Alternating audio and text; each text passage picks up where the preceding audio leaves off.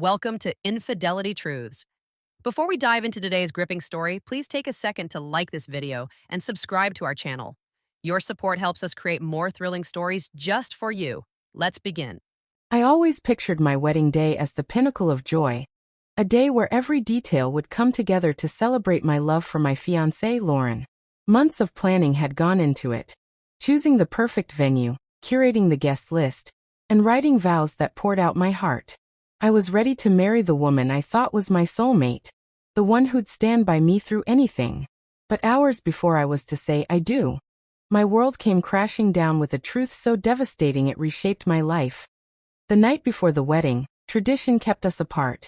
Lauren celebrated with her bridesmaids at a lively bachelorette party, while I spent a low-key evening with my groomsmen at a bar. My best man, Ethan, had been my rock since high school. We'd shared countless memories, road trips, late-night talks, and every major milestone. He was the brother I never had, the one person I trusted implicitly. I never imagined he'd be the one to betray me. The morning of the wedding, I woke up buzzing with excitement and nerves.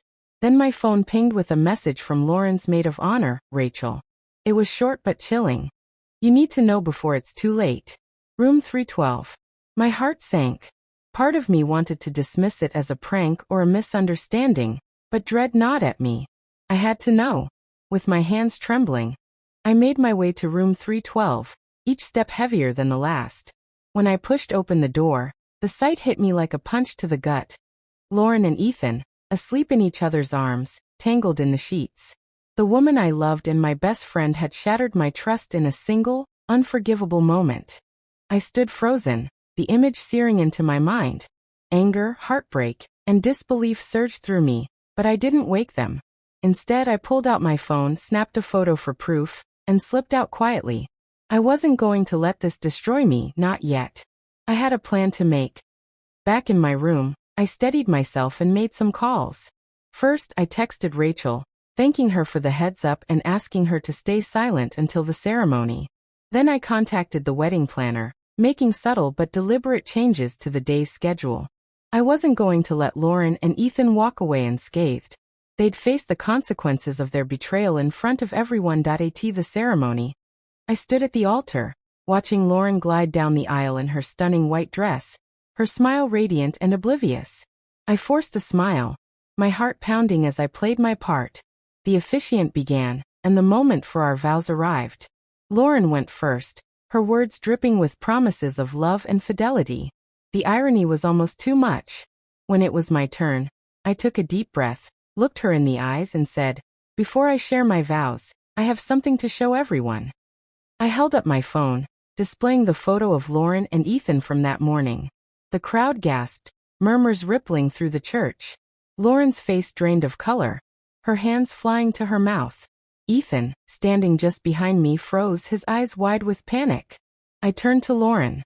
"I was ready to give you my life, my heart, my everything.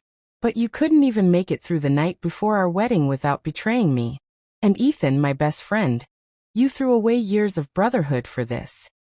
Lauren's voice cracked as she whispered, "Please, let's talk privately." I shook my head. "You made this public when you did this hours before our wedding." Turning to the guests, I said, "There won't be a wedding today, but the reception's paid for. Please stay and enjoy it, without the bride and best man." The room erupted.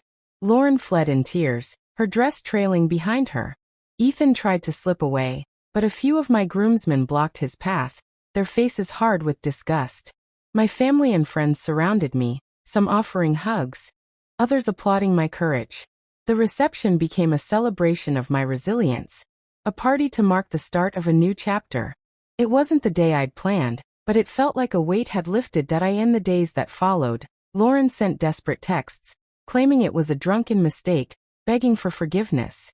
Ethan stayed silent, likely knowing no words could undo his betrayal. I ignored them both, choosing instead to lean on the people who proved their loyalty. Rachel, my family, my true friends. Their support showed me who really mattered. The betrayal didn't break me. It exposed the truth about Lauren and Ethan, freeing me to move forward. I learned that heartbreak reveals who belongs in your life and who doesn't. Now, I'm open to finding someone who truly deserves my love.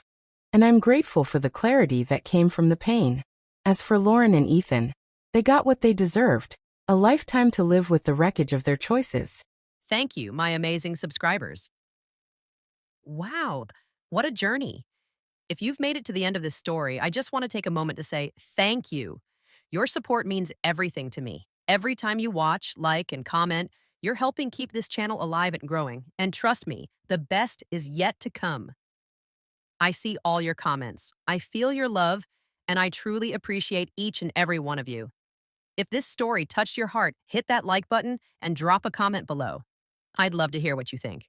Your thoughts and feedback inspire me to create even more powerful stories.